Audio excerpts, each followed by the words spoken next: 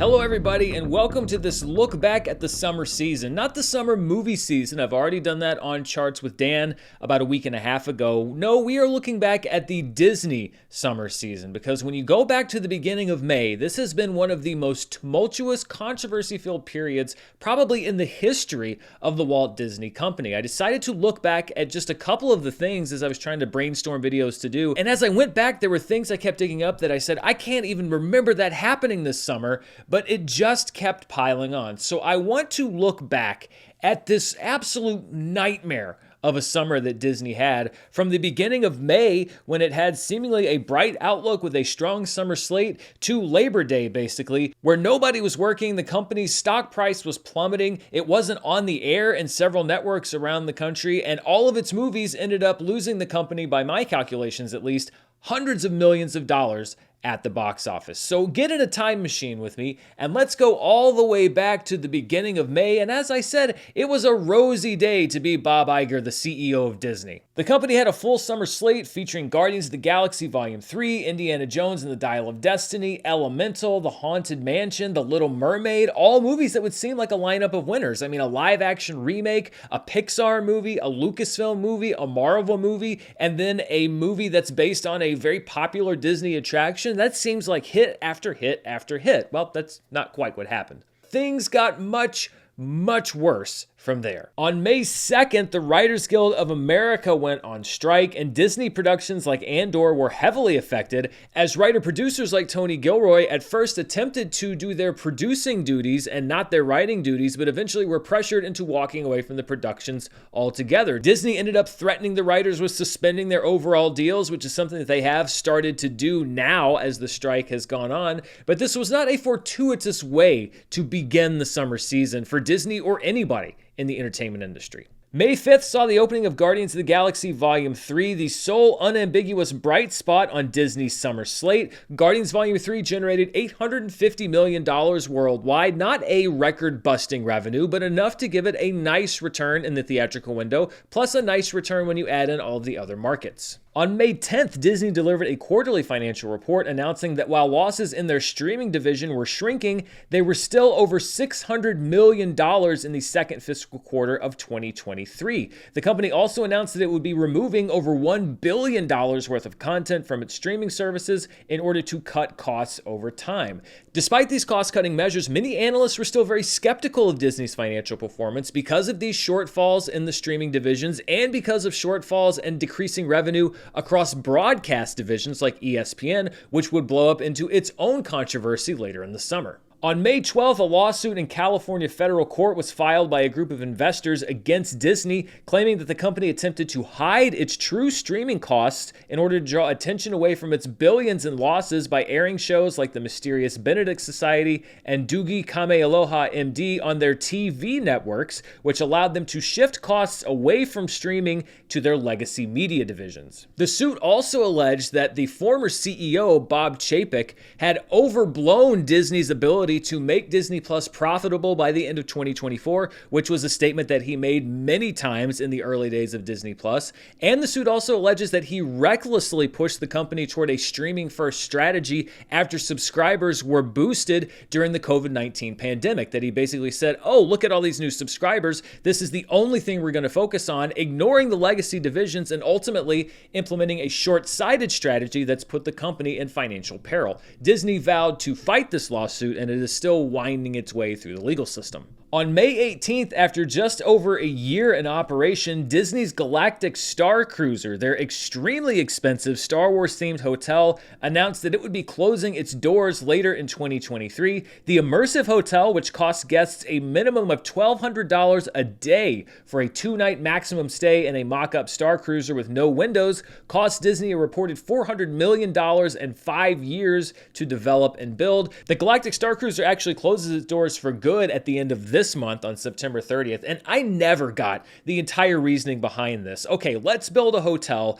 but you never leave the hotel. So you go all the way to Orlando, but you go into the park once, and you ride one ride, and then you go back to the hotel. You have no contact with the outside world. You can only stay for 2 nights. So if you're there on vacation, then you have to get other arrangements at other hotels. It is heinously expensive, and it's not all inclusive either. The rooms were apparently quite small, so it's not exactly luxury accommodations. And the whole theme of the hotel is that you have to participate in this sort of immersive role-playing thing that if that's not really your thing, well, then you're not really going to get the value out of the experience. It seemed like such a niche idea. When I heard that they were going to open a Star Wars hotel and the inside looked like a Star Cruiser, I'm like, oh my God, that's the best idea ever. But then I heard all of the bells and whistles and strings that came with it. It's no wonder that it closed, and I think that this was a colossally stupid idea that I'm honestly surprised lasted as long as it did. The same day, speaking of short-sighted, colossally stupid ideas, Disney premiered Indiana Jones and the Dial of Destiny at the Cannes Film Festival over a month before the movie opened, with a handful of critics gaining access to see the film and file their reviews before anyone else. Early reviews on Indiana Jones and the Dial of Destiny were mixed to negative, which meant that the movie sat on Rotten Tomatoes with a rotten score for a few weeks before any other critics were allowed to see it, which basically cut the legs out from the early marketing of the film. It dampened the fan enthusiasm. People were already skeptical because of Indiana Jones and the Kingdom of the Crystal Skull. Yes, this was only a handful of reviews, but for the average person looking at Rotten Tomatoes, they don't see the number of reviews. They just see the green splat, and all it did was fuel people that had been against this movie from the very beginning. It was a disastrously short-sighted misstep. I guess they had confidence that all of the critics that went to see it early would love the movie and it would have some great advance buzz. Yeah, that's not what happened. It's not the entire reason why Dial of Destiny failed at the box office, but I think it is definitely one of the big reasons. On May 22nd, Disney began its third round of big layoffs, reportedly giving pink slips to approximately 2,500 employees across divisions, joining the thousands of other Disney employees that had already been laid off to cut company costs. And on May 26, Disney began the process of pulling programming off of its streaming services, including the original series Willow, The World According to Jeff Goldblum, Why the Last Man, and the Mighty Ducks revival series. Basically, hundreds of millions or over $1 billion worth of programming and money that Disney had invested in that programming was gone overnight, not to be found or seen anywhere else unless it happens to be licensed somewhere else. That same day, on May 26th, The Little Mermaid hit theaters nationwide to mixed to positive critical reception. It did not become a breakout box office hit, struggling especially in international markets, and a movie that many had assumed was going to be a billion-dollar worldwide hit instead is struggling to break even. By my own estimates, it's going to lose money in the theatrical window, but will probably break even with things like merchandising and availability on other platforms, VOD rentals, digital sales, etc. It apparently drew a lot of people to Disney Plus, which is something that the company values, but still, the fact that The Little Mermaid wasn't an absolute win is a bit of a loss for Disney. On May 27th, Disney made the same mistake twice because they also screened Elemental out of competition at the Cannes Film Festival. While the buzz was slightly more positive than reactions to The Dial of Destiny, it was still mixed, deflating expectations for the movie, which were already struggling because the Pixar brand had been damaged by Disney sending so many of the previous films straight to Disney Plus, even after other movies were going back to theaters. Again, strategic short-sightedness and poor planning hurt one of Disney's premier summer box office assets before it even started its box office run. On June 7th, labor issues also affected Disney operations overseas as Disneyland Paris saw protests over a protracted dispute with cast members that started last year spill over into widespread demonstrations inside the theme park, which is almost unheard of for the most tightly regulated place on earth. I do not see this happening at either Disneyland or Disney World here. I think they would shut the park down before they let families see striking workers walking down Main Street, USA. On June 13th, Disney pushed back release dates for several movies, including moving the next 2 Avengers films back a full year to 2026 and 2027,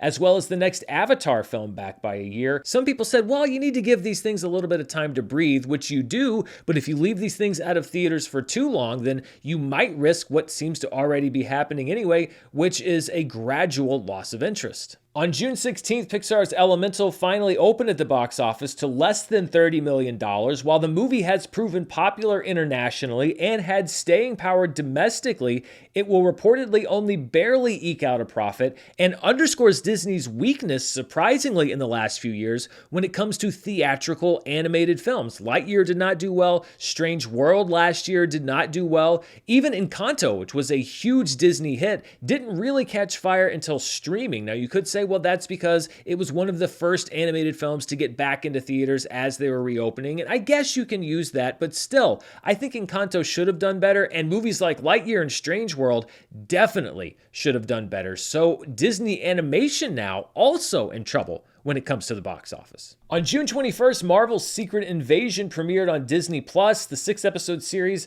generated lackluster reviews, ratings, and fan response for a storyline that was once touted as one of the franchise's most promising and perhaps most anticipated. It was also the second high-profile MCU project this year to fall victim to lackluster response after Ant-Man and the Wasp: Quantumania. To top things off, the opening credits of Secret Invasion set off a social media firestorm over the use of AI-generated art, a technology that was a hotly contested issue in the writer's strike at the time and would soon also be on the table for the actors. On June 30th, ESPN, a Disney division that has faced steep losses with the decline of cable TV, laid off several high-profile on-air personalities, including Jeff Van Gundy, Max Kellerman, Susie Colbert, and Jalen Rhodes. And that same day, Indiana Jones and the Dial of Destiny opened to a lackluster $60 million domestically. It went on to become the lowest-grossing Indiana Jones film ever at the domestic box office, unadjusted for inflation, and by many people's projections, including mine, is set to lose the studio over $200 million. Because this is how corporate America works, on July 12th, Bob Iger's contract was extended through 2026, keeping him at the company 2 years longer than anticipated. And the next morning, Bob Iger gave an interview criticizing the on-strike writers and the actors who were negotiating with the producers. Iger's comments fueled an already raging fire against the studios and against the CEOs specifically. And really, he put a face to the anger that so many on the picket lines were already feeling. And keep in mind that he said these things on the last day of negotiations between the actors and the AMPTP, and the next day at 12:01 a.m., the actors went on strike. SAG-AFTRA called a strike, their first in 40 years, which effectively halted all production on movies and shows that were still shooting. This one was just embarrassing. The next day, on July 15th, despite all of the actors being on strike, not able to do promotion for their movies, and not attending the red carpet premiere of The Haunted Mansion, Disney moved ahead with the event at Disneyland with its park characters walking the red carpet instead. And I'm sorry, this was just embarrassing to watch. If you're throwing the Miss America pageant and all of the Miss America contestants get food poisoning and none of them can show up, you don't hold the event anyway and say, well, you know, the Miss America contestants can't show up, so we're going to have all of the stagehands compete instead. No, that's not how it works. I understand that Disney was trying to salvage something, but it just looks sad and pathetic. You canceling your red carpet premiere was not going to have any adverse effects on the Haunted Mansion box office because the movie did a pretty good job of that itself. On July 20th, production on the buzziest Star Wars series that Disney had, Andor, was reported to be shutting down after finishing the shooting that it could do with its non-SAG-AFTRA actors. And on July 28th, Haunted Mansion opened a week after the Barbenheimer phenomenon and flopped massively. Its $150 million budget isn't even covered by its $100 million worldwide gross, and this movie also is projected to lose over $100 million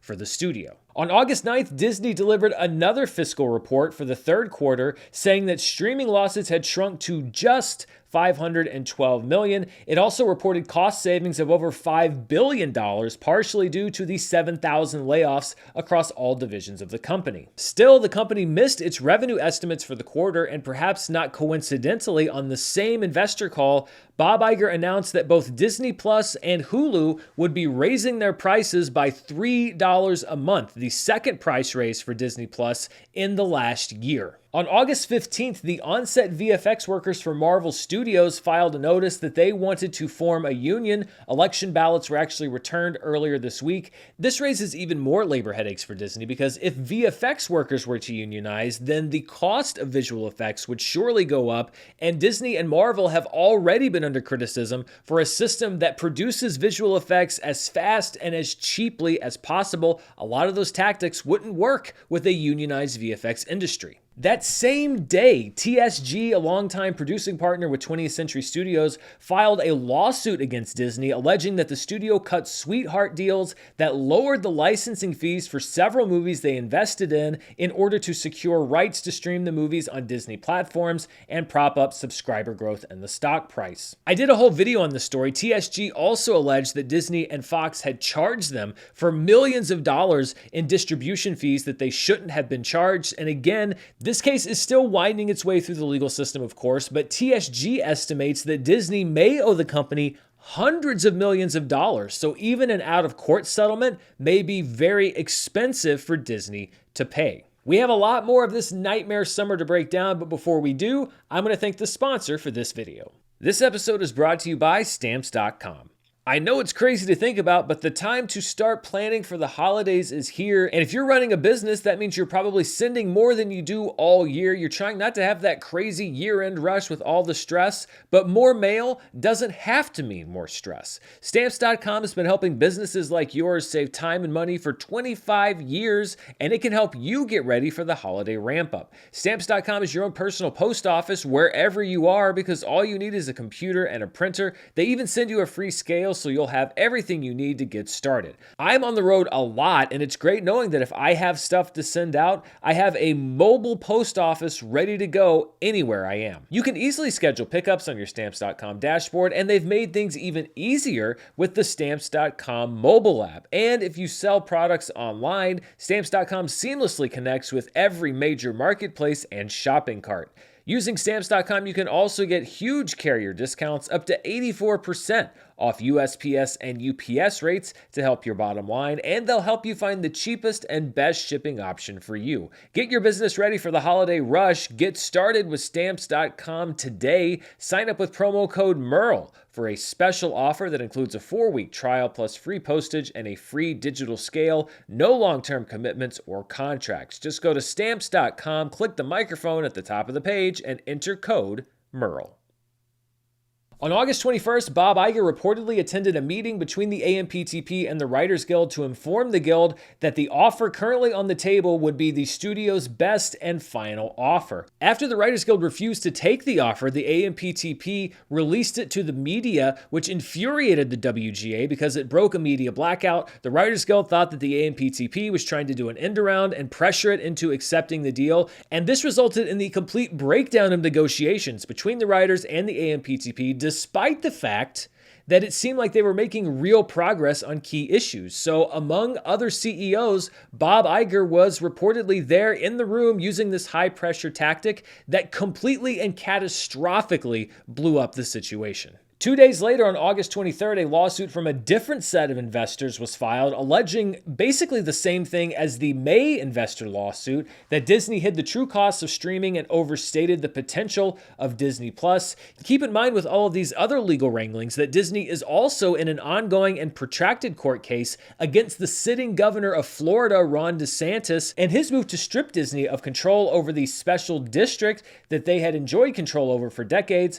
Disney claims this was a violation of their First Amendment rights, and they are looking to have those rights awarded back to them. On August 28th, following the lead of the Marvel Studios workers, VFX workers for Walt Disney Studios also informed the studio of their intent to unionize, pushing the visual effects industry closer to unionization overall. And on August 31st, after a dispute over fees couldn't be resolved, Disney channels went dark on the country's second biggest cable provider, Charter Spectrum. This meant that over 14 million cable subscribers across the country lost access to all channels owned by Disney, including local ABC affiliates in cities like Los Angeles, as well as ESPN on the first weekend of college football. This dispute was over something called carriage fees or carrier fees, and it's basically how much Disney charges Spectrum in order to allow them to carry all of their different channels. ESPN has been a popular channel for decades now, and so the fee that it charges cable companies to carry it on their service has always been very high, but ESPN viewership has been declining steadily as cable viewership has declined, and so what once were fees that cable companies really had no choice to pay because ESPN was in such high demand, they're now saying, well, wait a minute, we don't want to pay that much because it's not worth it what you're asking. After 10 days, a deal was struck which returned stations like FX, ESPN, and those local affiliates to Charter subscribers, but some stations like Freeform, FXX, and Disney Junior were not returned, meaning that viewers of shows like Archer, Bluey, and It's Always Sunny in Philadelphia, ones that watched it on cable, will no longer be able to watch those shows because those networks are no longer carried by Charter Spectrum. As part of the deal, Disney agreed to furnish Disney Plus with ads to subscribers on the Spectrum TV Select tier. That's basically your basic cable TV, 150 channels or so package. And people at a higher cable tier would also receive ESPN Plus as part of their cable subscription. So in a quarter or 2 quarters, look for big reports from Disney about this huge influx of Disney Plus subscribers. That's because it's being handed out now to cable subscribers in the same way that AT&T customers got HBO and HBO Max. You never quite know how many people are using it, but you can technically count these people as subscribers. So as we wrap out the summer, where does this leave Disney compared to where we were a few months ago? Well, when you look at the big picture, Disney's stock is currently trading at around $83 a share, down from around $100 at the beginning of the summer and roughly where it fell in March of 2020. It's also less than half the value it was in early 2021 when the stock was trading at close to $200 a share. The company has an unclear future regarding streaming with a revenue model that they're not really sure works, several key franchises that are in creative disarray, a stock price at the same level it was at the outbreak of the COVID pandemic, 2 ongoing labor stoppages that have halted all scripted creative output, multiple lawsuits alleging that the company misled investors and shareholders about the potential of streaming, plus a dire forecast for the company's linear TV investments, which were once a revenue driver for the company as a whole. And oh yeah, as one of the most famous TV detectives ever that nobody watching this video probably remembers, there's just one more thing, which is that Disney is also about to shell out billions of dollars to buy Hulu. As a provision of Disney's merger with Fox back in 2019, which gave the company majority control of Hulu, Comcast can force Disney to buy out its remaining 33% share in the service, which was initially run as a cooperative venture between several different studios. An agreement was actually struck about a week ago that allows this deal to move forward more quickly than anticipated. It can happen now on or before September 30th instead of next January, and every indication is that Comcast fully intends to exercise their option and force Disney to buy out its shares of Hulu. In 2019, Disney and Hulu agreed on a $27.5 billion valuation of the service, which means that if Disney was going to buy out those 33% of Comcast shares, it would cost them about $9 billion. But Comcast has also made public statements saying that they believe that the service is actually significantly more valuable than $27.5 billion and may well seek out another higher valuation to jack up the selling price. So in the middle of all of this, after a disastrous box office summer and amid a streaming environment where losses have fallen to just $500 million a quarter, Disney will also be saying goodbye to a $9 billion minimum amount of money to buy Hulu out from Comcast and send money into the pockets of one of their biggest competitors. Say what you will about Bob Iger, and people have said a lot, but you can't say that the man isn't busy, and he may just be regretting coming out of retirement, because as high as Disney was flying several years ago when it seemed like they were an unbeatable juggernaut, they have been kicked down in the street at every turn this summer, and it looks like unless they can come up with a strategic Hail Mary, they're going to have to weather these blows for just a little while longer. So there you have it, a particularly nightmarish summer for Disney, amid a particularly nightmarish summer for the entertainment industry, amid a particularly nightmarish 3 years or so for the industry as a whole. Let's see if things get better. What do you think? Can you think of anybody who had a worse summer on a corporate level than Disney? Let me know down in the comments below, and thank you so much for watching. And as always, be sure to stay tuned right here for more movie news, reviews, box office, and more. Until next time, stay safe, and I'll see you then. Bye.